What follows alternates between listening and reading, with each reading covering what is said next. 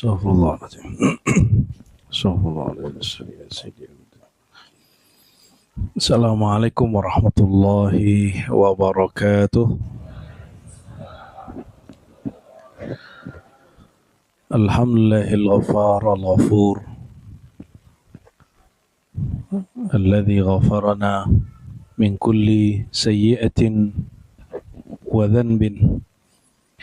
Asyhadu an la ilaha illallah wa asyhadu anna Muhammadan abduhu wa rasuluh.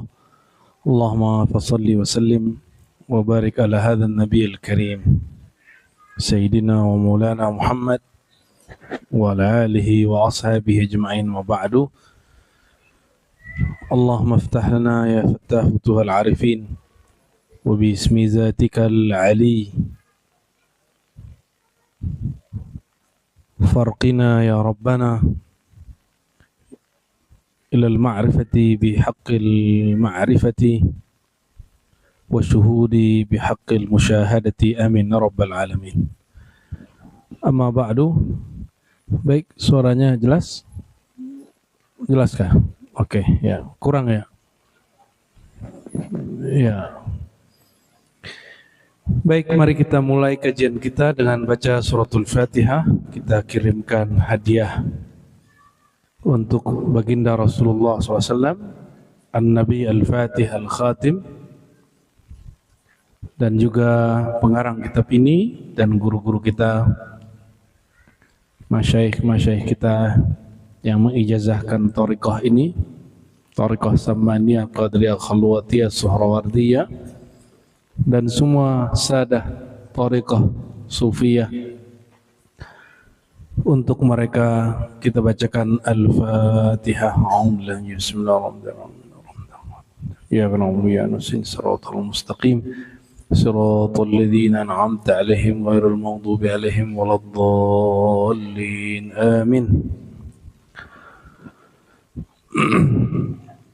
Sekarang kita masuk ke bait yang di halaman kedua baris kelima ya. Setelah berdoa agar Allah membersihkan, menjaga sir kita dari fitnatil ahwa, dari kekacauan fitnah hawa nafsu dan syaitan.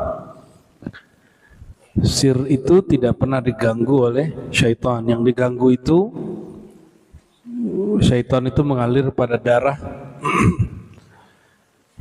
Darah itu dia dipompa di jantung berkaitan dengan apa? Dengan kolbu. Jantung berkaitan dengan kolbu. Di jantung itu ada memori, di otak ini ada memori. Kolbu, jadi manusia itu kata Imam Ahmad Sirhindi, Mujaddid Al-Fisani, jadi kita ini ada 4. Jadi zahirnya manusia ya, manusia. Batin, zahirnya manusia 4 anasir. Kita sudah hafal ya? 4 anasir yang kita sebut air, udara, tanah, masih ingat? Api. Kalau batin, nah ini macam-macam. Ada yang bagi 7, ada yang bagi 4, terserah imamnya. Nah, kita ringkas saja. Yang paling mendekati kepada zahir namanya akal. Kalau dalam bahasa Indonesia tulisnya akal gitu ya. Gitu ya. Kalau akal kaf cuma udah jadi bahasa Indonesia. Harusnya pakai kof. Akal yang mengikat, yang bikin antum nggak ketawa-ketawa sendiri, yang bikin antum nggak kagum-kagum. Kan ada orang suka kagum ke dirinya sendiri, itu kurang akal itu. Serius. Kagum dengan ilmunya, kagum dengan keramat-keramatnya, kagum dengan cantik dan tampannya. Ini yang cowok-cowok kalau kagum ke tampannya, ente sunat aja lagi. Kalau cewek-cewek ini juga sama, itu narsis namanya. Maka coba cek, antum ini bermasalah nggak kejiwaannya. Kalau foto pertama yang dicari siapa? Ya, selalu begitukah? Kalau iya, wajib belajar ini. Itu masalah itu. Ya itu normal, tapi jangan keseringan. Ya, akal. Lebih dalam lagi apa? Ya, batin itu. Lebih dalam lagi jiwa. Atau kita sebut nafs. Lebih dalam lagi kolbu. Lebih dalam lagi fuad. Ini udah berapa nih? Udah 4 sudah berapa? Udah 8. Tapi ini masih disentuh oleh syaitan. Di sini ada fitnatul ahwa wasyaitan. Seperti yang ada di teks sebelumnya. Fitnatul ahwa, kekacauan fitnah daripada hawa. Hawa itu kecenderungan jiwa. Jiwa kita sudah belajar, ada nafs ammarah bisu yang nyuruh ngajak kepada yang buruk-buruk, suka mengumpat, suka mengeluh, suka mut-mutan, suka merasa dirinya hebat. Nah, itu masuk di situ tuh ya, hati-hati. Ente hati-hati, ini rahasia kita. Kadang sebagian mursyid masih di situ penyakitnya. Maka sering mengaku-aku, kagum. Kalau ente ada suatu hal yang surprise atau menarik, posting di sosmed gitu kan. Kalau kiai nggak punya sosmed, postingnya lewat lisan, offline. Alhamdulillah tadi gubernur datang ke saya. Alhamdulillah tadi saya diundang presiden. Alhamdulillah yang talqin sama saya 2.000. Alhamdulillah murid saya jutaan. Alhamdulillah saya dan berarti dia bertorikoh ya, baru menzikirkan anasirnya. Walaupun dia sebut latifah yang 7, latifah kolbu, latifah ruh, berarti belum ngefek, belum tembus sampai ke sini ya. Ya, ini kalau dizikirkan paling-paling sampai ke nafs. Kalau sampai di kolbu ini dia berubah-ubah. Itu orang mulhamah. Mulhamah itu kadang dapat ilham ini, dapat ide ini, dapat perasaan ini. Biasanya orang di sini gampang tersinggungan. Ente gampang baper nggak? Gampang tersinggung nggak? Berarti zikirnya baru di kolbu. Aduh, sakit gitu. Suka gitu nggak? Aneh tersinggung. Nah, kalau cowok kan begitu. Kalau cewek kan, aku nggak dihargai. Kalau fuad ini dia punya keputusan. Jadi fuad itu kolbu yang memutuskan. Ada yang batin yang butun ya. Batinul. Jadi kalau di sini dibagi lagi lah. Al-batin. Inilah masuk ke sir. Itu yang pertama. Di sini masih ada lagi. Syekh Saman menyebutkan kalimat sir. Apa kata dia? Wahfaz lana sirra ma'al janani min fitnatil ahwa'i wasyaitani. Tolong jagalah sir kami bersama janan. Janan itu kalbu. Min fitnatil ahwa wasyaitan. Jadi mohon maaf kalau kita zikir baru sampai di fuad, kolbu, jiwa, akal, masih bisa berubah sebelum mati.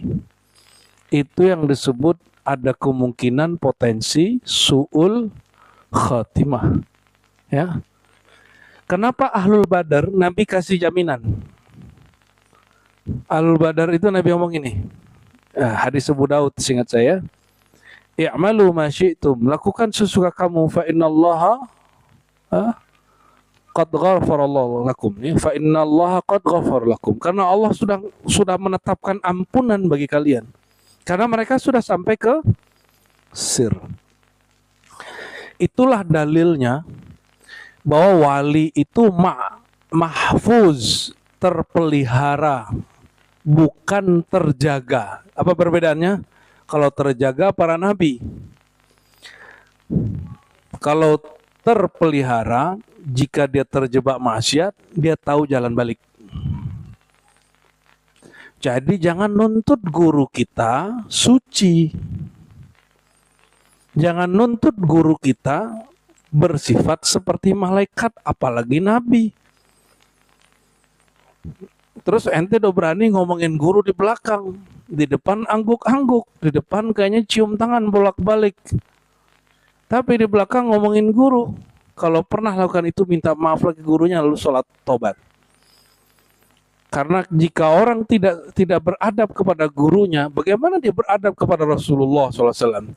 Ujian sahabat ketemu Rasulullah itu lebih berat daripada ente ujian ketemu guru. Nabi lakukan hal-hal yang hari ini orang-orang pasti ingkar. Banyak sekali yang Nabi lakukan. Nabi itu anti mainstream. Kalau ustadz-ustadz hari ini kan gak gitu. Ntar ente ditinggal jamaah, ntar jamaah gimana? Takut dia sama jamaahnya. Tuhan dia tuh jamaah dia. Itu disebut ahwa. Fitnatul ahwa. Ketika seorang guru, seorang mursyid, seorang ustadz, seorang dai takut apa kata netizen, takut apa kata murid, dia sudah kena fitnatul ahwa. Kekacauan hawa. Inilah bahayanya. Ya. Ya, semoga kami, guru-guru di Ribat dan masyaikh-masyaikh kita dijaga oleh Allah Subhanahu wa Ta'ala. Gitu juga antum kalau beramal, gak usah lagi ntar kata tetangga gimana, gak begitu. Kita tetap baik ke tetangga, tapi untuk faham yang kita pakai, jangan ngikutin paham orang. Paham itu yang kita dapat, bukan yang orang yakini. Maka kata Imam Nuthailah, min jahlil murid, sejahil-jahilnya murid, ciri-cirinya apa? Ayat ruka yaqinan ma'indahu, dia tinggalkan keyakinan dirinya. Kenapa? Karena zon orang lain, karena persepsi orang tentang. Tapi jangan kepedean juga. Bisa aja. Ya, kita kan punya guru, punya murid, punya masyaikh, punya ustadz. Ini yang itu yang kemudian jadi timbangan kita. Pemahamannya sesuai nggak dengan mereka, ya? Allahumma sholli ala sayyidina Muhammad. Kita masuk dari sanad guru-guru kita, ya. Dari guru kita Abu Ya'Sya'rani, beliau meriwayatkan dari Syekh Yasin Al-Fadani, Syekh Yasin meriwayatkan daripada Syekh Umar Hamdan Al-Witri, dari Syekh Muhammad Amin Ridwan Al-Madani, dari Syekh Abdul Ghani Ad-Dahlawi An-Naqshbandi As-Samani Al-Qadiri, dari Al-Imam Abid As-Sindi, dari Ammihi Husain As-Sindi, dari pengarang kitab, qala wa khallisin nafsa minad dawa'i wasluk biha sabila khairi da'i. Setelah kita minta penjagaan dari Allah, qalbu dan sir, wa khallisin nafsa, jiwa, khallis, tolong bebaskan jiwa kami minad dawa'i, dari mengaku-aku, aku yang tersakiti, aku yang malas, aku yang sulit menerima ajaran guru, apalagi ajaran Rasulullah, apalagi ajaran Allah. Itu aku tuh. Nah, kalau itu terjadi, banyak-banyak baca doa ini. Syariat sudah mengatakan A, akunya kita nggak terima, baca doa ini. Wa khallisi an-nafsa minad dawa'i. Tolong bersihkan ya Allah jiwa kami dari mengaku-aku yang bukan hak kita. Hati-hati, baik laki-laki, baik perempuan, suami atau istri, guru ataupun murid, pemimpin ataupun rakyat, jangan mengaku-aku. Aku ini yang gak berat itu saudara sama saudara, suami sama istri. di sini kemudian banyak syariat kemudian ditabrak karena aku itu tadi. Ya, hati-hati. Hati-hati orang berumah tangga. Ya, apapun konflik kalian, jangan nabrak syariat. Jangan melarang yang Allah boleh, jangan membolehkan yang Allah larang. Imam Thahawi menyebutkan salah satu kekufuran adalah melarang yang dibolehkan Allah dan membolehkan yang dilarang Allah. Nah, itu salah satu kekufuran, dan kufurnya khuruj minal millah. Dia kafir, murtad. Jangan sampai terjadi sama kita. Ya. Itu nafsiyah awam. Ada nafsiyah khawas. Apa nafsiyah khawas? Jadi di jiwa ini ada dawai-dawai, mengaku-aku. Apa mengaku-aku? Jadi ada orang awam, tadi awam, sekarang apa mengakunya khawas? Mengaku-aku makom, mengaku-aku gelar kewalian, mengaku-aku. Emang kalau ente pun dapat ijazah dari guru, nggak usah lah pamer-pamer juga gitu ya. Maka kita kita nggak akan ngomong misalnya, wah sebagai sesama mursyid nih gitu. Jangan ngomong gitu, nggak usah. Sebagai apa? Sesama mursyid. Apalah itu kalimat itu? Berarti dia sedang memperkenalkan dirinya sebagai. Emang orang nggak tahu dia mursyid, kan orang tahu dia mursyid. Nggak usah disebut tuh. Ganti kalimatnya, sebagai orang yang berkhidmat untuk membersamai murid. Gitu kan enak. Ya. Jadi jangan ente kira jadi mursyid, jadi wakil talqin, jadi khalifah thariqat itu aman. Ujiannya tambah kenceng. Ya. Dari awal kita udah sampaikan. Ada dunianya orang tarekat, ada akhiratnya orang tarekat, ada tanpa dunia, tanpa akhiratnya orang tarekat. Apa itu? Dunianya orang tarekat, apa? Gelar, ijazah, kemursidan. Itu dia. Makanya pada berebut kan jadi mursyid? Pada berebut jadi wakil talqin? Ya, betul kan? Meninggal salah satu wali, salah satu mursyid di satu tempat, satu zawiyah, satu surau, satu pesantren. Kemudian ada murid yang gak sabar, ngaku jadi mursyid. Dia gak ngaku jadi mursyid, tapi ngangkat wakil talqin. Lebih ngeri lagi. Aneh gak ngaku jadi mursyid, tapi ngangkat wakil talqin udah lebih 100 orang. Kan ngeri tuh. Mana boleh wakil talqin ngangkat wakil talqin. Ente cuma wakil doang kok. Hanya wakil talqinnya guru, bukan wakil kekhalifahan guru. Nah itu terjadi, itu dunia. Dan saya sampaikan, gelar-gelar kemursyidaan tidak jaminan seseorang selamat di dunia dan di akhirat. Mending jadi murid. Mending jadi murid ya, daripada ente jadi wakil talqin, otaknya nggak jelas tar ya, nafsiahnya belum beres, tar aku murid. Muridnya mau dia kuasai. Antum dari awal kenapa saya bagi talqin baiat itu kita pisah? Talqin itu sunnah Nabi, baiat itu sunnah Nabi, tapi dua hal ini efeknya beda dan hadisnya berlainan. Talqin hadisnya sahih, baiat hadisnya sahih. Baiat itu ada yang Nabi lakukan di awal, ada yang di tengah, ada yang di akhir, ada yang bertahap. Kalau baiat itu sumpah setia untuk berkorban dunia, akhirat, zahir, batin, harta, nyawa, jiwa. Sanggup? Sanggup? Gak sanggup kan? Ente kan masih cinta dunia kan? Aneh juga masih ada cita-citanya. Ya. Ada kecenderungan lah kita kepada itu. Karena kita, kita aja masih ada, apalagi orang yang baru belajar tarekat. Maka kita akhirkan. Kita baiat orang mengikut Allah, kita belum ikut Allah. Kita baiat orang gak cinta dunia, kita cinta dunia. Kan malu ntar. Maka kita takhir. Talqinnya, ilmu tentang talqinnya dahulu. Belajar ilmu dulu, baru talqin zikir, suluk segala macam, baru kemudian khidmat. Terakhir nanti puncaknya yang keempat, kan ribatnya kan cuma 3 aja kita. Ilmu, zikir, khidmat. Yang keempat itu nanti nggak disirkan, nanti siapa yang Allah pilih dan terpilih, dia baiat. Karena baiat itu sudah habis aku. Sudah habis aku. Dia memandang gurunya sudah sebagai pewaris Rasulullah.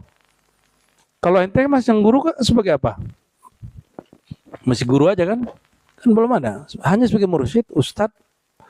Kalau sudah mandang dia sebagai pewaris Rasulullah, mewakili ajar Rasulullah, itu adabnya akan berubah. Ya, nggak ada urusan tuh dengan masalah cium tangan, cium kaki itu yang ada di Trans 7 tuh, itu nggak seberapa itu. Ketika Imam Muslim memandang gurunya Bukhari sebagai waris Rasulullah, dia cium tangan gurunya, dia cium kaki gurunya. Itu imam penulis kitab Sahih. Seandainya cium tangan dan itu adalah kaki, ya, bagian dari feodalisme, bagian daripada apa, kerancuan orang-orang beragama, tentu Imam Bukhari Muslim lebih paham lah. Dia paling mengerti sunnah Nabi Muhammad Sallallahu Alaihi Wasallam. Ya. Cium tangan guru syirik, cium tangan bini enggak. Kan lucu deh. Lucu nggak? Bagaimana itu lucu? Cium tangan guru matematika nggak syirik, tapi cium tangan kiai itu bermasalah. Orang kayaknya karena nggak ngaji tauhid. Nundukin kepala tidak semuanya ibadah. Bayangkan yang paling nunduk paling bawah itu malaikat sujud kepada Adam dan itu nggak disebut syirik. Usjudu li Adam, sujudlah karena Adam untuk Adam, kan begitu. Kalau Ka'bah kita nggak sujud ke Ka'bah loh ya, jangan ente musyrik itu. Kita hanya sujud mengarah kepada Ka'bah, bukan sujud kepada Ka'bah. Tolong bedakan, ya. Fawallu wujuhakum syatral masjidil haram, begitu di Quran. Maka hadapkan wajah kamu mengarah kepada Masjidil Haram, bukan menyembah Masjidil Haram. Ente udah dengar aneh ngomong gitu? Terus ada orang bilang aneh nyembah Nabi Isa. Ente percaya? Kita dari S1, S2, S3 akidah. S1 aneh bahas akidah Ibnu Arabi yang dikritik oleh ulama-ulama Ahlussunnah. S2 kita bahas akidah Sufi di Nusantara. Yang ketiga kita bahas akidah Salafi. Kira-kira kalau ada kesesatan, aneh duluan tahu Pak, ente duluan tahu? Hah? Kira-kira? Ini mohon maaf nih. Ente baca kitab akidah ada berapa kitab? Mohon maaf. Ini tahadus minimal Bu ya. Sudah berapa kitab akidah ente baca? Baik Tahawi, Maturidi, Asy'ari, Mu'tazilah, Syiah, udah baca belum? Mungkin Buya Aswi ini lebih banyak baca buku Ibnu Taimiyah, Imam Salafi daripada orang Salafi sendiri. Serius. Ini wajahnya wajah santai aja kan. Ente kalau baca Facebook dia beberapa tahun yang lalu, isinya bacaan dia terhadap Ibnu Taimiyah. Coba tanya Buya Aswi, kapan dia mulai baca banyak? Setelah jumpa mana? Tanya sama dia. Karena sebelum dia khatam, dia khatam duluan. Jadi jangankan tergelincir untuk nyembah Nabi Isa, untuk mentajsimkan Tuhan versi Salafi pun aneh nggak mau. Apalagi mengkultuskan kiai, syekh, kita nggak masuk di kita itu. Kita ta'zim, hormat kepada syekh, tapi kita tidak sampai ke bab mentabid, menghambakan diri kepada guru, nggak ada itu. Yang lucunya ada tamatan STM ngomong ke saya ngomong gitu. Karena saya ngambil tarekat kakeknya dia. Saya ini cucu Syekh Mursyid Fulan. Gitu ngomongnya. Kalau ada orang yang sesat, syirik, menyimpang dari ajaran kakek saya yang pertama kali maju. Aduh, ngadepin orang begini gimana ya? Tamatan STM sih ya. Akhirnya kita ngomong ini. Kamu betul darah daging dia. Tapi kamu gak dapat ijazah dari gurumu.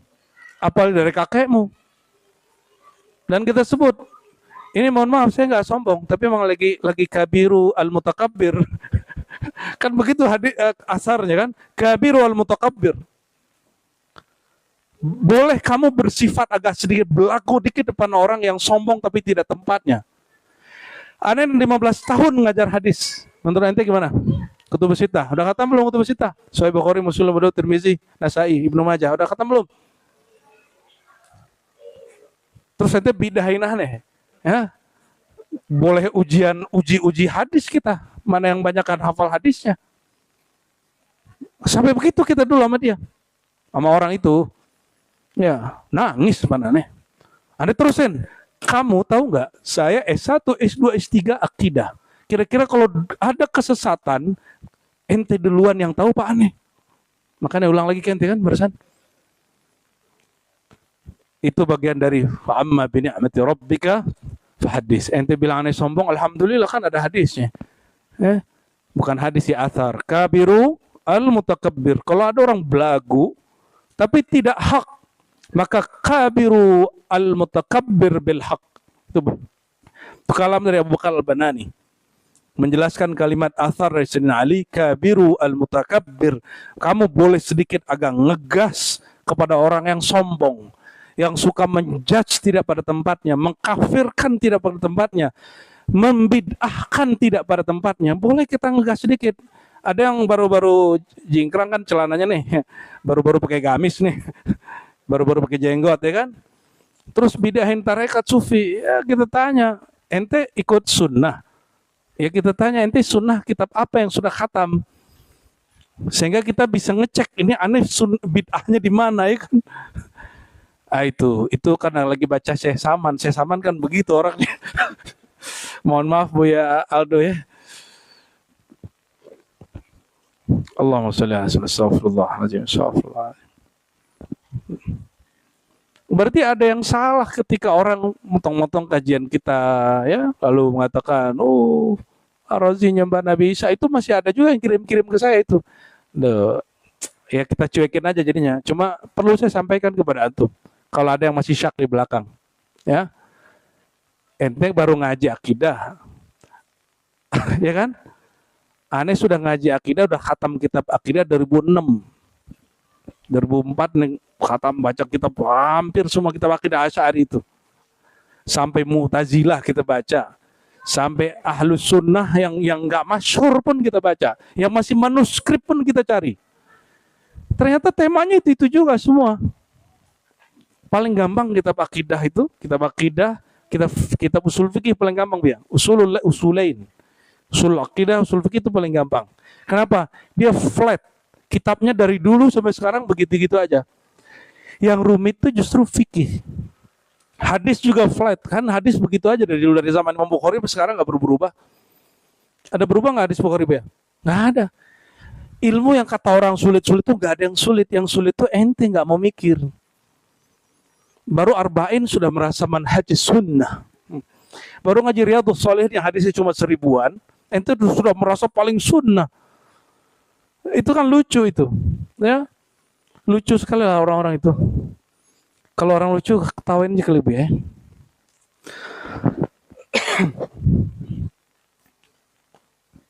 Allahumma sholli ala sayyidina Muhammad.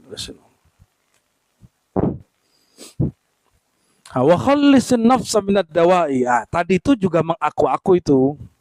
Cuma mengaku dalam rangka akunya lebur dalam akunya nikmat Allah.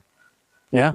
Dan semua itu baik saya belajar hadis, belajar akidah, belajar thariqah, belajar semuanya itu dengan izin Allah Subhanahu, dan itu maka di Quran lafaz depannya Pak, adapun nikmat Tuhanmu maka ceritakan. Jangan ceritakan akunya kamu dahulu, ceritakanlah nikmat Allah itu dahulu. Apa itu nikmat rabbik? Antara anna ni'am min Allah. Jadi boleh menceritakan nikmat, belagu-belagu dikit itu boleh Bu ya, tapi syaratnya satu. Engkau memandang bahwa sumbernya dari Allah. Masih sombong nggak kalau orang mengatakan nikmat dia ini dari Allah? Masih sombong nggak? Itulah yang disebut waqabiru bil haqq al mutakabbir. Bersifatlah kamu sedikit tegar, jangan melehoi, jangan kemudian di debat orang langsung tumbang ya. Kan ada juga nih, mohon maaf ya, hampir kita kasih ijazah nggak jadi. Dikerubungin orang di debat, takut. Abis itu nyerang saya. Padahal tadi kalau talqin zikir nangis-nangis, Allahu Akbar, la ilaha illallah.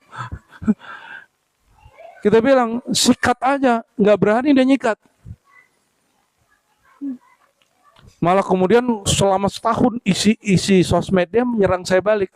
Ini orang melehoi ini ya. Cuma karena dia dikerubungin orang, di debat kiri kanan depan belakang. Kalau saya demen sekali yang begitu tuh. Kecuali guru saya melarang. Kata guru saya, kamu jangan pergi debat. Saya tinggalin debat walaupun emang itu hobi kita. Buya Aswi ini saksinya, Buya Mursal, kakak kelas saya di akidah wa falsafah. Teman-teman beliau aja saya hantam. Padahal kakak kelas saya, termasuk beliau sendiri kan. Baru kita ke Jakarta, berapa bulan dah. Ya, ngaku ke saya udah belajar 4 thariqat, ya kita bantai aja sekalian di tempat kan. Beneran ente belajar 4 thariqah, nggak berasa mana, nggak ada amalannya gitu, nggak kelihatan, yang ada belagunya. Orang belajar thariqat itu ujungnya menghancurkan keakuan, bukan aku saya sudah belajar 4 thariqah, alhamdulillah sampai hari ini terkenang sama dia. Mengaku-akunya khawas. Khawas ini kita bagi lagi, khawas uqala, orang berakal, ada khawas ahlul qulub, orang ahli kolbu, mengaku-aku zikirnya sekian. Maka ente nanti kalau suluk, nanti nih teman-teman, waduh saya waktu zikir melihat cahaya, itu mengaku-aku itu. Saya merasakan kayaknya ada sosok yang datang, itu mengaku-aku semua itu. Aku nggak tahu nih kenapa kalau zikir langsung nangis, padahal lagi takjub dirinya tuh. Gak tahu ya, kalau saya pegang satu sehat dia langsung, wah aku lagi. Buya, kalau ada orang tuh saya bilang kayaknya besok mati dia. Aku lagi tuh. Masuk ke kolbu ente itu setan semua itu. Pertanyaannya, orang mati karena kita omongin atau karena takdir Allah? Terus kenapa ente kagum ke diri ente? Apalagi yang datang ke kita dulu, aduh naik panggung lagi kan. Ustadz, saya ini kalau ada orang yang gitu, saya pasti 3 hari mati. Aduh, gimana ngomongin dia? Karena dia ngomongin sombong, kita sombongin balik. Bro, kita panggil bro aja. Itu orang mati karena ente yang berkalam, ente disakiti, atau karena takdir dia mati. Bingung juga dia. Iya juga ya. Besok nggak ngaji lagi padahal ustadz. Ada ustadz begitu coba. Murah ente kalau dia punya muridnya gimana nasibnya tuh? Astagfirullahaladzim. Na'udzubillah min syarri anfusina wa min syarri syaitanir rajim wa fin mitil ma'ahwa wa syayatin. Wa khallisin nafsa minad dawa'i. Ada khawasul khawas. Ada yang ketiga. Khawasul, kita kasih kakak aja deh. Apa da'awi khawasul khawas? Mereka karam pada lautan hakikat keesaan Allah, lalu terjadi lompatan kata-kata aku. Seperti Al-Hallaj mengatakan, tidaklah ada di jubahku kecuali Allah. Syekh Siti Jenar mengatakan, siapa kamu? Dia jawab, Allah. Begitu juga Datuk Abulung di Banjar ya, sehingga terjadi sedikit konflik dengan Syekh Arsyad Al-Banjari, Datuk Kalampayan dan lain sebagainya. Mereka itu ketika mengatakan aku, itu bukan akunya dia. Maka yang dimaafkan ma'zur itu yang ketiga itu. Kalau itu ma'zur diampuni Allah insya. Yang sulit diampuni nomor 1 dan 2 itu. Yang nomor 3 itu secara hakikat itu hak, bahwa kita ini tiada,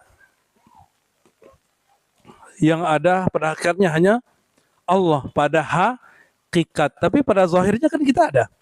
Ente ada nggak? Ente Tuhan apa Allah? Apa manusia? Bingung di Tuhan apa Allah? Gimana? Ini Kan banyak yang ngajarin hakikat hari ini, online lagi. Ya, bahwa wujud ini, wujud ente itu wujud Allah. Astagfirullahalazim. Berarti dia nggak belajar sifat nafsiyah Allah, zatiyah Allah, namanya wujud, itu ada kriterianya di situ dan ulama sudah sepakat. Nah, inilah bahaya kalau ilmu hakikat tidak berlandaskan akidah yang sahih, yang pas. Nah, nanti cari buku S2 saya yang sudah jadi buku.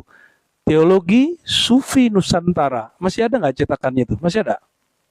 Masih ada. Siapa yang ngurusin? Ya. Itu cari, nanti kesimpulan terakhirnya apa? Tiada ulama Sufi di Nusantara ini yang dikenal karyanya dari awal itu adalah Hamzah Fansuri, Samsudin Sumatrani, Ar-Raniri, Abdurrauf Singkili, Burhanuddin Ulakan, Abdul Muhyi Pamijahan, Syekh Yusuf Al-Makassari, Syekh Nafis Banjari, Datuk Kalampayan, semuanya sampai ke ujung sana, ya, timur sana, semuanya sepakat bahwa awal ma yajibu 'alal mukallaf ay ya'rifa ma yajibu lillahi wa ma yastahilu alaihi wa ma yajuzu alaihi.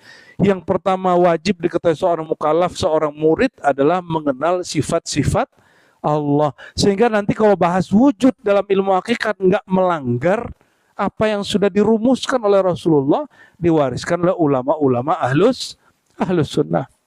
Ya. Rasulullah pernah ngomong anallah nggak? Aku Allah. Jadi kalau ente belajar ilmu hakikat, Rasulullah itu disebut mazharnya Allah, manifestnya Allah. Secara ilmu nggak ada masalah. Tapi kalau ente katakan Muhammad itu Allah, itu masalah.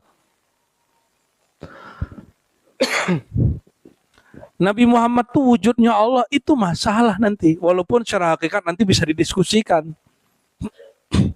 Itulah gunanya belajar akidah ahlus sunnah. Ya, sehingga nggak perlu lagi terjadi perdebatan ya antara murid Syekh Mudawali di Aceh dengan anaknya sekarang. Kalau orang paham di sini, ini kan terjadi sampai hari ini nggak selesai. Kita agak sedih melihat fenomena itu. Ya, semoga Allah islah ya hati yang sedang bertengkar, ya hati yang suuzon, hati yang sedang ada membara, Allah adamkan, jinakkan hatinya, amin ya rabbal alamin. Wa khallisin nafsa minad dawa'i, ya, dan bersihkanlah jiwa dari mengaku-aku maqamat, ya, mengaku-aku rasa, mengaku-aku ya perasaan dan segala macam. Wasluk biha sabila khairi da'in, dan wasluk, dan ya Allah ya perjalankanlah jiwa kami dari amarah ke apa yang di atas amarah. Coba hafalkan, nafs paling jahat itu namanya amarah bisu. Apa? Bukan amarah. Amarah, apa arti amarah? Yang memerintah dengan keburukan. Amarah bisu. Su artinya buruk. Paling bawah apa? Amarah bis. Itu lebih jahat dari syaitan, lebih jahat dari binatang buas, lebih hina dari binatang ternak. Itu amarah bisu itu. Naik nafs lawamah, mengumpat. Naik mulhamah, yang mut-mutan, dapat ilham kadang baik kadang buruk, ya. Yang mulai tenang yang mana? Nafs mut. Jangan tenang dulu.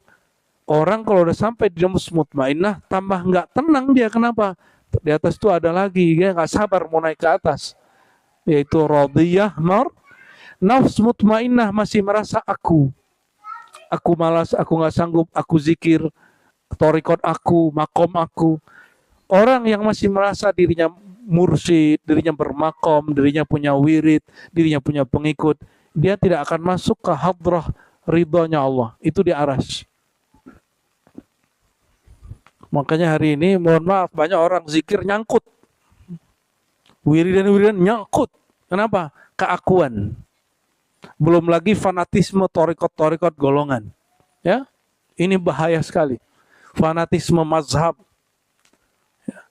Alhamdulillah, kalaupun saya ngeritik salafi, saya nggak benci salafi loh, ente jangan salah ya. Saya ngeritik Syiah, saya nggak benci Syiah. Saya ngeritik Mu'tazilah, saya nggak benci Mu'tazilah. Sama dengan saya ngeritik Buya Aldo, saya bukan benci Buya Aldo. Ya, boleh nggak? Boleh. Ente ngeritik Anda juga boleh, kalau sanggup. Nggak apa-apa. Maafi muskilah. Kita memang dididik dari guru kita dari dulu agar tahan banting oleh bulian orang. Anak-anak sekarang kayaknya dibully dikit sedih, nangis-nangis, ngamuk-ngamuk. Aneh hampir tiap hari dulu tengkar. Jadi tiap hari itu kita dulu bersilat terus. Dari kelas 4 SD sampai kelas 6 SD. Ya, SMP sampai kelas 2, alhamdulillah. Kelas 3 alhamdulillah udah puas. Jadi waktu SMA udah nggak tawuran lagi aneh. Karena hampir tiap hari bertengkar. Disalurkan lewat yang positif. Silat, ikut tarung derajat, ikut silat ini, ikut karate ini, ya itu lebih positif ya daripada ente tawuran. Wasuluk biha ya Allah. Maka perjalankanlah dengannya jiwa itu sabila khairi da'in, jalan Nabi sebagai pendakwah terbaik. Nabi itu disebut khair da'in.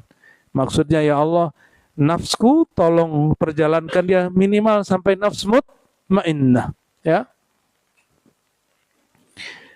Wa minka akrimna bi'ilmin azaliyin wa amalin ila inqida'il ajali. Dan akrimna, bermurahlah kepada kami ya Allah, ya. Dengan apa? Bi'ilmin azaliyin minka, dengan limpahan ilmu azali dari hadiratmu. Ini boleh minta gini Bu ya?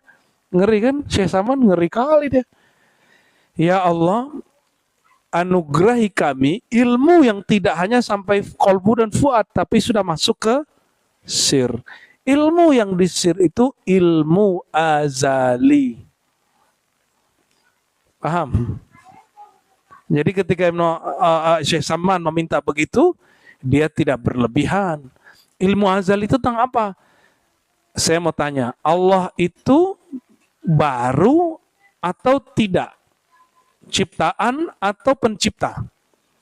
Pencipta bersifat qadim, zatnya, sifatnya disebut azali. Sifatnya disebut, apa mana azali? Sesuatu atau masa atau keadaan pra penciptaan dan waktu. Pra, sebelum ada kebaharuan penciptaan. Ini boleh siapa yang hapus nih? Coba. Sebelum ada ciptaan dan waktu, yang ada hanya pencipta sang sumber waktu. Rangkap nih. Kayaknya ente duluan masuk surga kali ya. Kalau masuk, kita juga nggak tahu ya.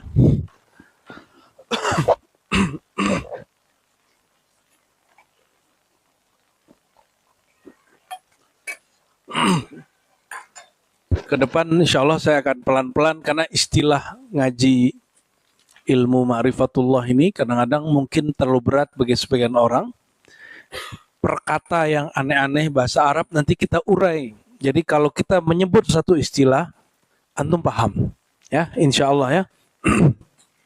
Kita sebut tadi apa? Qadim. Bahasa Arabnya gini, qadim. Ya. Disebut juga qidam. Nah, qidam itu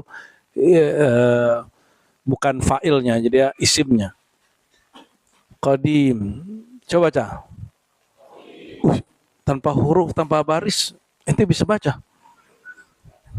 Di atasnya ada tulisannya ya. Terus, nah, qadim ini wilayah zat Allah. Ini hanya ilustrasi ya. Ini punya zat kan badannya? Punya zat? Ente mendengar nggak? Melihat? Wujud? Ya, hidup? Berpikir? Berkalam? Coba, yang berkalam lisan atau bukan? Kalau lagi mimpi, siapa yang berkalam? Kalau lagi diam ngomong sendiri, siapa yang berkalam? Hati. Berarti yang berkalam siapa sebenarnya? Kalau mendengar nih, pas lagi mimpi, siapa yang dengar? Mata lagi tidur bisa ngeliat sesuatu. Coba Monas, bayangin. Sudah? Tuh, siapa yang lihat? Kelihatan kan? Ente bisa lihat? Coba bayangkan wajah kekasih. Kekasih ente banyak.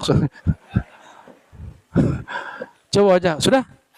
Sekarang bayangkan wajah musuh. Sudah? Lebih banyak lagi. Sudah? Itu yang lihat siapa? Itu yang namanya basor.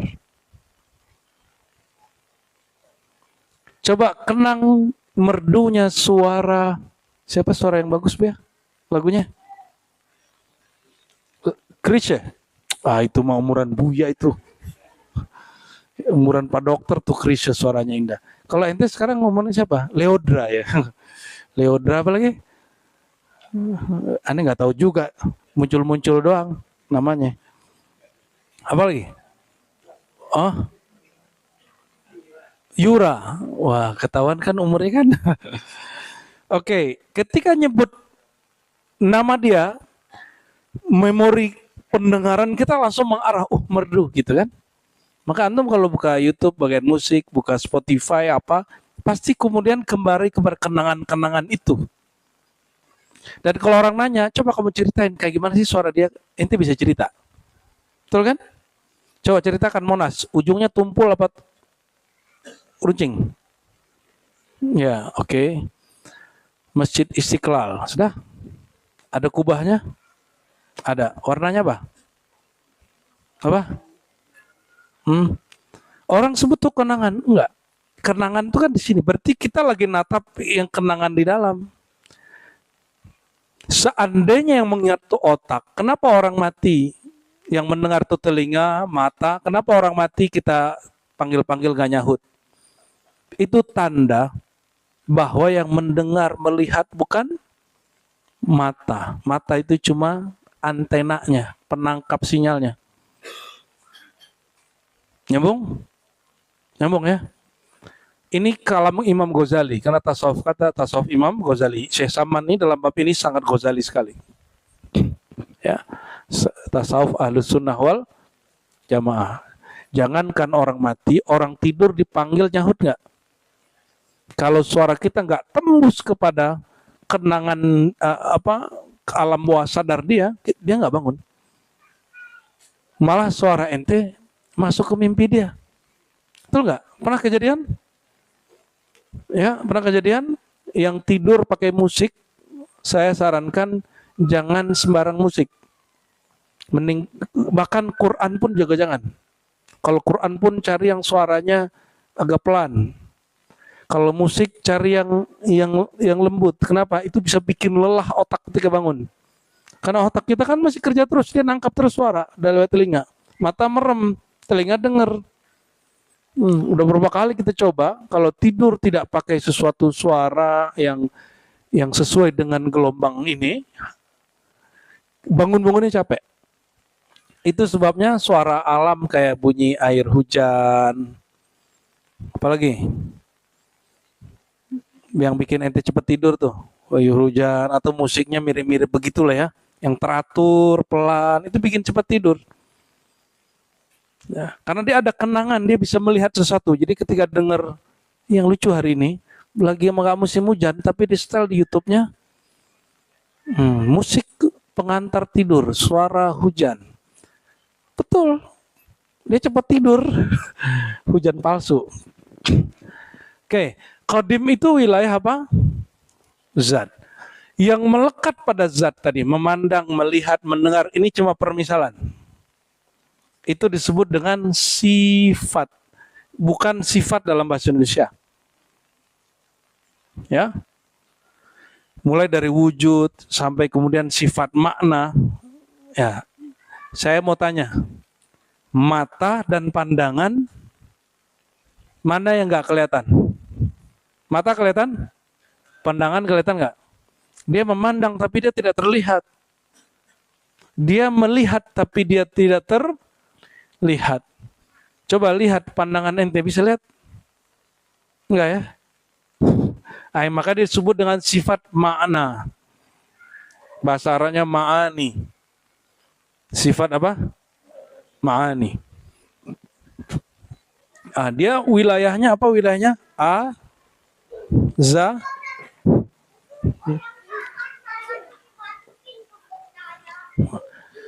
Azali itu time. Di luar ini perbuatan Tuhan. Ya, fi'il. Perbuatan. Perbuatan Allah itu boleh disebut ciptaan. Alamnya disebut alam hadis atau makhluk. Hadis atau makhluk. Inilah kita hari ini, kita mau nyampe ke situ tuh, ya, udah mau nyampe mau ujung. Udah mau selesai, disebut kiamat. Nabi sendiri yang mengabarkan, ana wasa'aka hatain, aku dan kiamat seperti dua jari. Saya bukan halu, ini kalam Nabi. Cuma Nabi ngomong begitu kan dihitungannya hitungan Allah, bukan hitungan manusia. Sama dengan Allah mengatakan, mereka bertanya kepada engkau tentang ruh. Apa hakikat ruh, apa ilmu tentang ruh? Kamu tidak diberi ilmu kecuali sedikit, kan sedikitnya Allah, bukan sedikitnya kita. Alam ini disebut alam makhluk, alam ciptaan. Maka berlaku siang malam. Pada Allah nggak berlaku siang malam. Kemarin, hari ini, esok. Pada Allah nggak berlaku. Allah itu konstan, abadi, tidak berubah-ubah. Perbuatan itu bergerak, Allah itu maha penggerak, tapi bukanlah dia bergerak. Dia maha penggerak. Ya, itu dalam istilah para filsuf, tapi kita nggak menggunakan istilah filsuf. Ya, ya alam ini begini.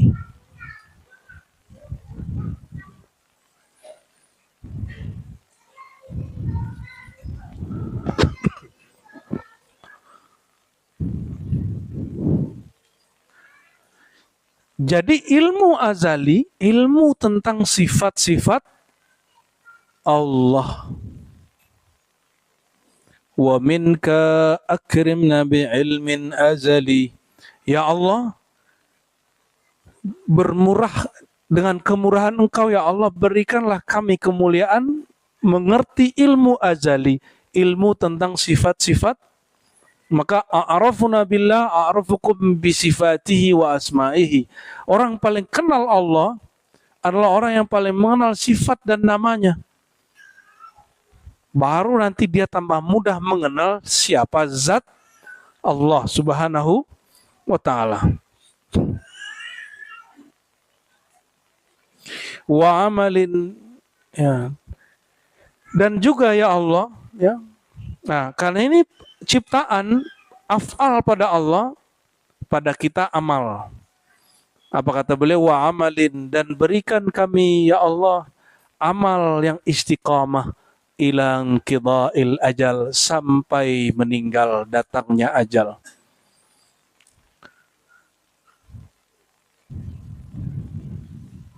Jadi ini bukan minta diberitahu tentang masa depan, enggak ya? Coba, Lauh Mahfuz itu di alam mana? Di fase azali atau di alam baharu ciptaan? Lauh Mahfuz. Lauh itu artinya lembaran atau papan. Mahfuz yang terpelihara, di situ tertulis semua takdir kita. Masing-masing antum ini punya takdir. Ada yang kemudian beririsan, tapi rezekinya nggak akan pernah tertukar. Mohon maaf, yang suami istri, walaupun kalian tidur bersama, makan bersama, rezekinya beda. Yang bersaudara, yang duduk hari ini sama-sama duduk, sama tahun lahirnya, bahkan mungkin kembar, itu rezekinya beda. Dan gak akan ketukar. nggak akan ke tukar. Jadi kita perlukah iri kepada orang lain? Nggak perlu. Ya, apalagi menggugat ijazah orang lain.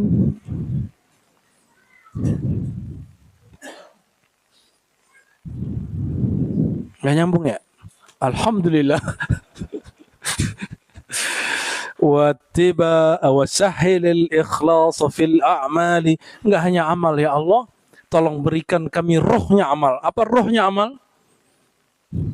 Ya, jangan ente lah yang lain. Bahasan bantu bahasan.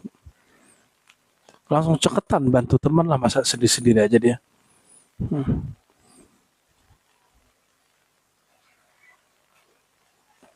Ini bedanya orang Padang sama orang Jawa. Ente paham kan? Nah, tapi alhamdulillah cepetan ya.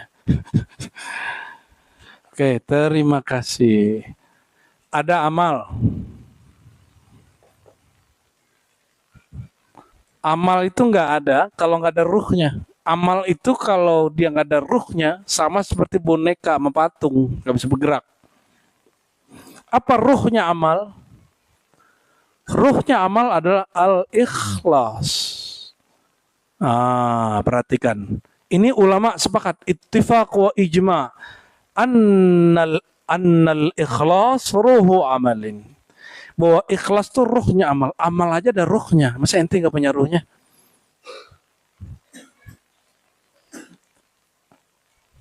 Bacaan Quran ada ruhnya. Azan itu ada ruhnya. Paham nggak maksudnya? Ada ruhul azan. Dia turunan dari al-ikhlas ini. Al-ikhlas pada azan, ada sebutan-sebutannya. Tilawatul Quran, baca Quran, itu ada ruhnya, semuanya turunan dari amal. Apa aja amal? Amalnya macam-macam. Kalau bagi orang kan, ini ruh dalam artian spirit. Jangan begitulah. Terjemahkan saja sebagaimana adanya. Ya. Kita juga nggak berani bilang ruh saya ini misalnya nyatu dengan antum atau terpisah. Kita cukup katakan innal arwah junudun mujannada. Ruh itu dia berbaris-baris. Kalau dia kenal dulu di masa azaliyah itu, atau bukan di azaliyah lah sebutannya, pada alam alastu bi rabbikum, Allah mengenalkan dirinya kepada semua ruh. Pasti dia kenalan. Jadi dulu antum karena dulu pernah mungkin dulu ya ngaji tentang Allah, Rasulullah, atau melihat Allah dan Rasulullah. Kan ruh itu bertawaf. Dia bertawaf kepada ruh, Abu Ruh, yaitu Muhammad. Nur Muhammad bertawaf kepada induknya ruh, yaitu Ahmad. Begitu disebutkan dalam banyak kitab. Ya. Itu bukan ilmu yang baru, itu hanya banyak di kitab-kitab lama, dan itu bukan bab akidah, itu hanya bab tentang ilmu wujud. Ya, kalau orang nggak percaya nggak apa-apa, cukup syahadat la ilaha illallah Muhammadur Rasulullah. Puasa itu ada ruhnya, ruhus syam, ruhnya puasa. Itu bagian turunan dari. Nah, jadi ikhlasnya boleh disebut bapak rohnya semua amal. Nah, nanti di situ turunan-turunannya banyak. Di puasa ada, di sholat ada, dan nama-nama itu akan menyimbolkan makna daripada inti amalan sholat apa gitu, inti amalan puasa apa, ya. Wasairul aqwali wal af'ali, dan juga dalam semua perkataan dan perbuatan, ya. Nah, itulah yang disebut ikhlas ini induk dari semua ruh amal. Bayangkan kalau ada tubuh nggak punya ruh, dia mati atau hidup, membusuk atau tetap segar. Amal ente kalau nggak ada ikhlasnya, membusuk, nggak naik, nggak bergerak. Oke? Apa itu ikhlas? Al-ikhlas menghilangkan selain Allah dari wajah kolbu. Dah sederhana itu. Menghilangkan selain Allah dari wajah kolbu, itu simpelnya begitu.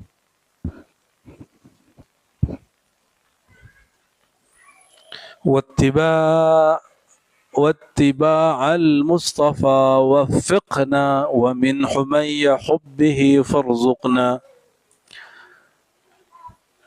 Maka wafiqna, berilah kami hidayah untuk tetap, ya, untuk sesuai. Untuk apa? Ittiba al-Mustafa, mengikuti Sayyidina Muhammad SAW al-Mustafa. Wa min humayya hubbihi farzuqna, dan dari apa terjemahan humayya itu, kehangatan dari rasa cinta kepadanya, kepada Rasulullah SAW, farzuqna. Rasulullah berdoa, apa Rasulullah? Allahumma inni as'aluka syauqa ila liqa'ika. Ya Allah, beri kami rasa rindu jumpa kepadamu. Kalau ente baca itu dapat sunnah, tapi adab belum dapat. Apa adabnya? Tambahin doanya. Allah marzuqna syauqa ila liqa'i habibikal Mustafa. Ya Allah, berikan kami rasa rindu kepada yang baca doa ini. Yang baca doa apa tadi? Minta rindu kepada, jumpa kepada Allah. Karena yang pernah jumpa Allah hanya Rasulullah Sallallahu Alaihi Wasallam. Maka untuk berjumpa kepada Allah mesti menumpang melalui Rasulullah. In kuntum tuhibbunallah fattabi'uni. Ini terjemahan bebas nih. Kalau kamu enggak jumpa aku, jumpai Rasulullah. Itu bahasa bebasnya. Kalau terjemahan biasa, jika engkau cinta Allah, ikuti aku. Kenapa? Karena cinta Allah itu kalau enggak ikuti Rasulullah jadi abstrak. Allah itu tidak tergambarkan wujudnya. Hanya dipahami sifat dan namanya. Ya.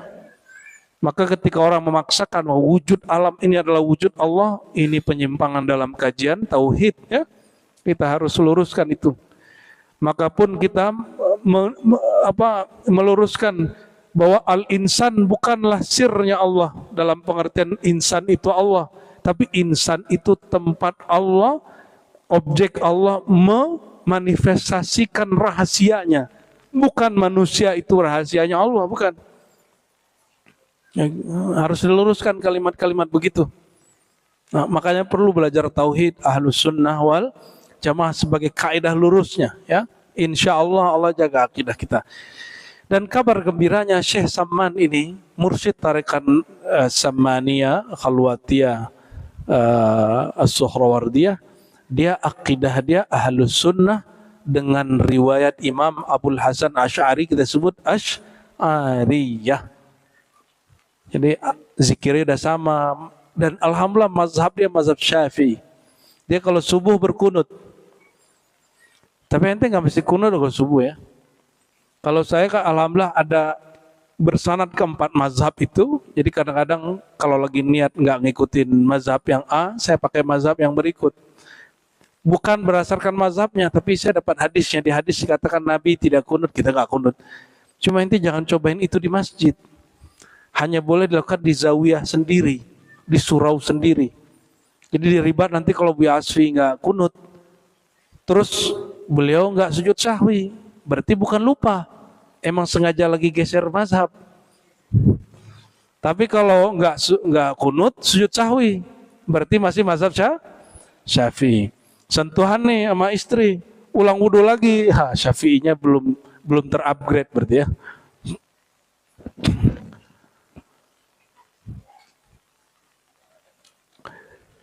Wa min humayya hubbihi farzuqna, dan kehangatan cintanya mohon berilah kami, ya. Boleh juga diartikan ya Allah, rasa rindu, rasa asik mencintainya, tolong kasih kami. Atau dibalik, ya Allah, cintanya Rasul tolong limpahkan kepada kami. Bisa gitu, ya. Semoga, ya, dua-duanya, amin ya rabbal alamin. Gimana antum mau dicintai Rasulullah, kita nggak mengenal dia. Untuk mengenal Rasulullah, maka wajib mempelajari tentang Rasulullah. Wajib mengulang-ulang nama Rasulullah, mengulang-ulang kisah tentang Rasulullah. Itulah maulid. Ya, maka di ribat, kalau di sini hari Rabu, maulid Barzanji, habis itu diurai lafaz-lafaz Barzanji, walaupun satu paragraf, dua paragraf, itu untuk mengenal Rasulullah. Begitu juga di Ribat Ciputat, ya dibacanya Simtud Duror karena Buya Aldo baru pulang dari Yaman, ya pakai Simtud Duror Habib Al-Habsyi. Habis itu rame orang nolak-nolak masalah kehabiban. Kita nggak ada urusan. Kita sanad ilmu aja ke beliau. Masalah nasab, biarin ahli nasab yang urus. Ya, kita urusan kita sanad torikot. Kalau ada orang gugat sanad torikot kita, baru kita naik. Baru kita nantang dia debat lagi ya. Tapi kalau cuma nantang sanad nasab, lah nasab kita cukuplah ke Nabi Adam ya kan. Ente bukan keturunan kera, udah cukup itulah.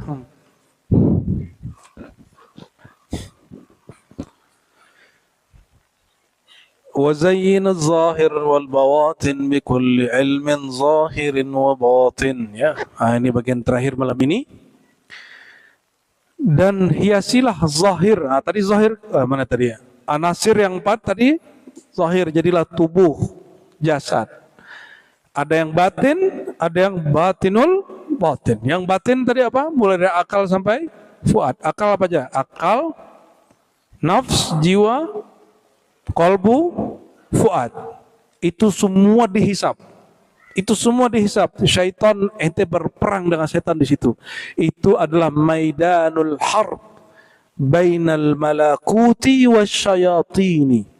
Itulah tempat perang kita, bainan nuraniyah wa zulmaniyah. Perang antara gelapnya diri dan cahaya dalam diri kita. Di situ kita perang. Itu yang Nabi sebut, inna a'da'ika ma baina janbaik. Musuhmu adalah antara ini, maksudnya kamu itu sendiri, dari akalmu, jiwamu, kolbumu sampai fuadmu. Itulah tempat kita berperang. Orang mati di situ juga mati syahid.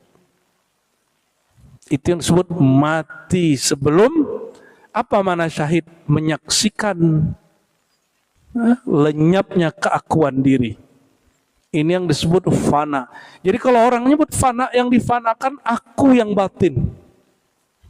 Aku yang zahir jangan ente lenyapkan. Ya. Tubuh yang zahir enggak usah diapa-apain. Diri yang batin aja yang perlu ditiadakan. Akal ente jangan merasa sok cerdas lagi, jangan panjang angan-angan.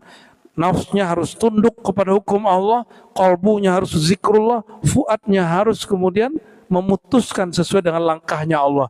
Baru namanya fana. Itu yang disebut fana. Jadi fana itu bukan ente hilang kesadaran, bukan.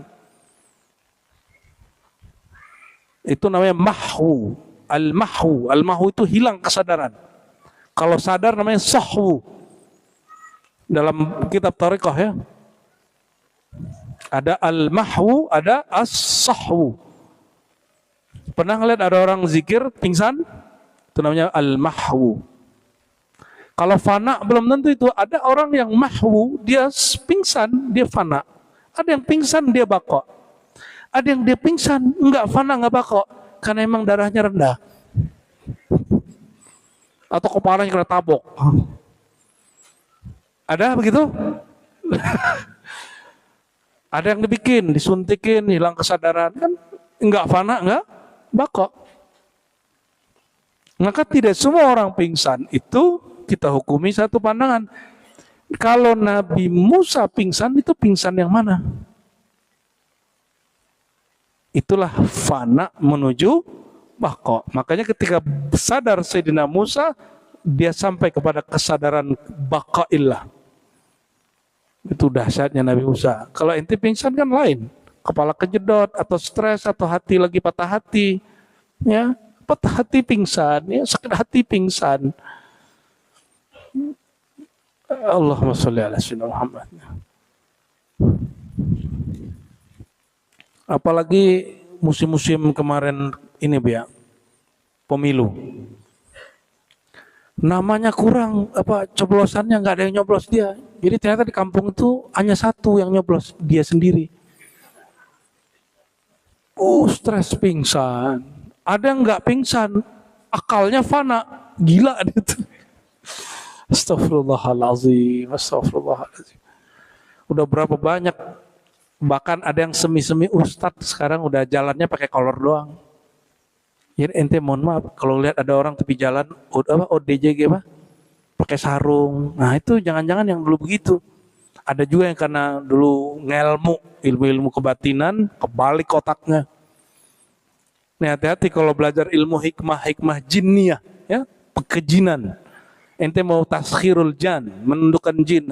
Kalau mental nggak kuat jangan. Kaget dikit, ente kejut, otak hilang, kesadaran putus, gila ente. Itu nggak bisa dibalikin orang begitu. Disembuhin nggak bisa, diobatin nggak bisa. Tapi kalau dia cuma kesurupan, kena sihir, itu bisa disembuhin. Yang begitu-gitu tuh nggak bisa. Kenapa? Emang fisik dia sudah rusak. Jaringan otak dia sudah rusak. Diteluh nih, kalau ente masih kuat, pisan-pisan doang. Tapi kalau sudah ada jaringan yang rusak di jantung, betulan bisa. Kan jin itu bisa masuk ke jasad kita. Lewat media apalah dia. Ya, bagi kita jin itu nyata. Cuma bukan pada pandangan mata, dia nyata pada energinya. Ya, Allahumma sholli ala sayyidina Muhammad. Nabi masuk ke masjid, Nabi lihat setan, Nabi lihat jin. Ada setan, Nabi ikat, jin Nabi ikat. Tiba-tiba Nabi teringat doa Nabi Sulaiman. Ya Allah, berikan aku kekuasaan, kerajaan yang kau tidak berikan kepada seorang pun setelahku. Doa itu kan Nur Muhammad juga yang berdoa di dalamnya. Maka beliau katakan, udah, itu sudah diambil Sulaiman. Lepasin lagi. Hanya 1-2 sahabat yang menyaksikan itu. Selebihnya Nabi aja yang cerita. Ya. Allahumma sholli ala sayyidina Muhammad. Ibnu Mas'ud diajak Nabi dakwah ke jin. Tapi Ibnu Mas'ud, Nabi kasih garis, kasih palang namanya. Kasih baris, kamu jangan keluar dari sini. Gelap. Tiba-tiba Nabi hilang, dia cuma dengar suara-suara. Habis itu Nabi balik. Nah, dia nggak lihat sesuatu pun. Ibnu Mas'ud nggak lihat. Jadi itu jangan kira para sahabat itu bisa ngelihat jin. Dikumpulkan oleh Imam Syafi'i riwayat-riwayat tentang jin sampai kepada kesimpulan apa? Man qala ra'aitul jinna faqad ata bi buhtanin 'azim. Siapa yang ngaku-ngaku lihat jin, dia telah berbohong dengan kebohongan yang besar. Kalau seandainya jinnya benar, kenapa jinnya orang Cina lain dengan jinnya orang Indonesia? Jinnya orang mana lagi tuh? Jinnya orang Amerika sama Eropa kan keren pakai dasi. Jinnya orang Indonesia semuanya cacat-cacat. Jalannya begini-gini. Kan lucu-lucu tuh hantu-hantunya, itu penghinaan sekali tuh. Ente jin mau aja digambarin begitu. Sama-sama bodohnya berarti ya. Ada yang bolong perutnya, ya kan cacat itu. Astagfirullahaladzim, mau aja dia. Wazayyin zahir wal bawatin, ya Allah, terangilah, hiasilah zahir kami, zahir dengan taat dengan syariat. Nah, zahir dengan taat dalam bersyariat. Batin dari jasad kepada akal, jiwa, qalbu, fuad, itu namanya tarekat nafsiyah. Dari fuad kepada sir, dia perjalanan juga tarekat, namanya tarekat sirriyah, itulah namanya haqiqah.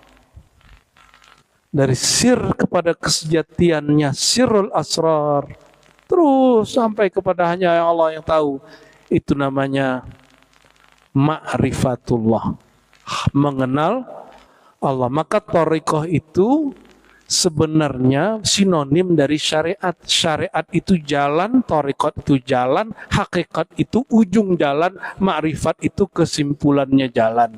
Sama kan? Pengetahuan tentang jalan namanya ma'rifat, ujungnya jalan namanya hakikat. Menjalani perjalanan itu namanya thariqah. Hukum-hukum tentang jalannya, petanya namanya syariat. Gampang tuh? Oh, enggak ada itu syariat tarikat hakikat marifat. Enggak ada masa Rasulullah. Syariat bid'ah, mana dalilnya? Kan ada yang begitu ya. Astagfirullahalazim. Kita kalau buka ayat satu-satu, banyak sekali. Satu ayat kadang dia cukup ada ayat tentang syariat aja, ada yang marifat saja. Tapi hampir semua ayat dia mencakup semua. mencakup semua. Bismillahirrahmanirrahim itu ada syariatnya, ada tarikatnya, ada hakikatnya, ada marifatnya, ada semua. Benarlah hadis Nabi, ya, hadis Imam Al-Hakim At-Tirmizi di Nawadir Al-Usul, inna lil Qur'an zahran wa batna.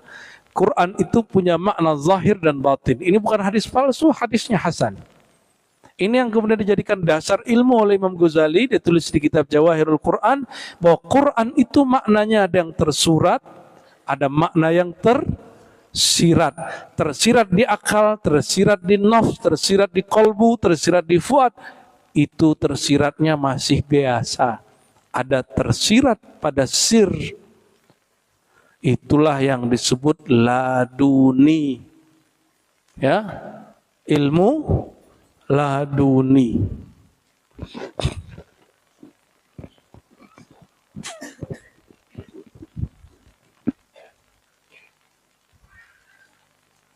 Bisa diulang. Syariat apa? Hukum tentang jalan. Thariqah, perjalanannya. Hakikat, ujung perjalanan. Kalau ujung satu apa banyak? Satu. Maka disebut al-haqiqah al-muhammadiyah. Hakikat cuma satu, hakikat nabimu. Maka kalau di hakikat Muhammadiyah nggak ada lagi thariqah. Kecuali thariqah Sayyidina Muhammad sallallahu alaihi wasallam. Kalau sudah sampai di sana, udah di sana lah namanya, baru namanya berpengetahuan, namanya ma'rifat. Yang itu kalau bercerai tubuh dan badan ente, nyawa ente, dia masih ada. Itu yang disebut Nabi, man mata wa huwa ya'lam annahu la ilaha illallah dakhal jannah. Siapa yang mati dia masih menyimpan ma'rifat, ilmu la ilaha, pasti masuk surga. Ya, ini pasti, bukan amin. Ya, ulangi coba. Siapa yang mati? Man mata wa huwa ya'lam. Coba baca hadisnya. Man mata annahu la ilaha dakhalal jannah.